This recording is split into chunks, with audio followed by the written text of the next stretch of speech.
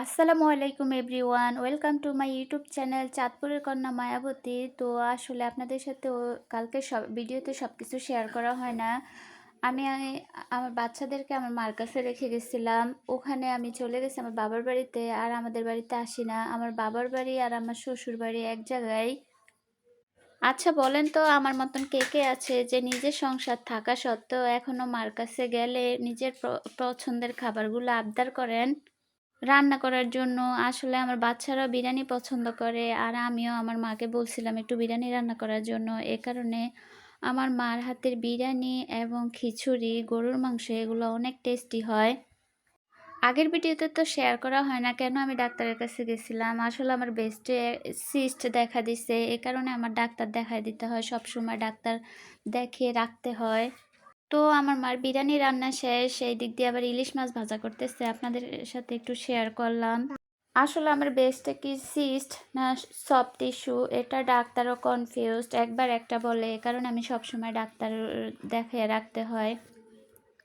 এই দিক দিয়ে আবার আমার মা ছোট মাছ রান্না করতেছিল আমাদের জন্য, যেহেতু আমরা এগুলো পছন্দ করি। এই কারণে নদীর এই মাছটা আমার অনেক পছন্দের, এ কারণে রান্না করতেছে।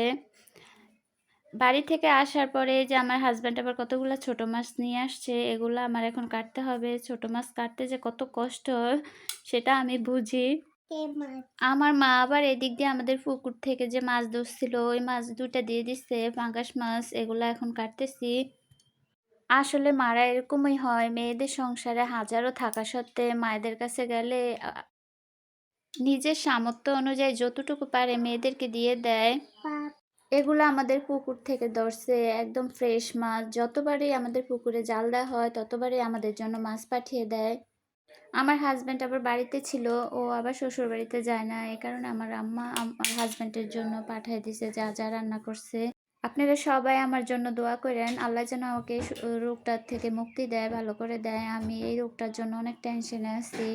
আমি এই রোগটার কারণে অনেকবার ঢাকায়ও গিয়ে ট্রিটমেন্ট হয়েছি। আপনাদের সাথে কথা বলতে বলতে এদিক দিয়ে আমার পাঙ্গাস মাছ কাটাও হয়ে গেছে। আসলে মেয়েরা বেড়াইতে যায় আর যেখানেই যায় না কেন, ওই যে কথায় আছে না, ডেকি স্বর্গে গেল বাড়াবানে, যেখানেই যান আপনার হাতটা নাড়তেই হবে।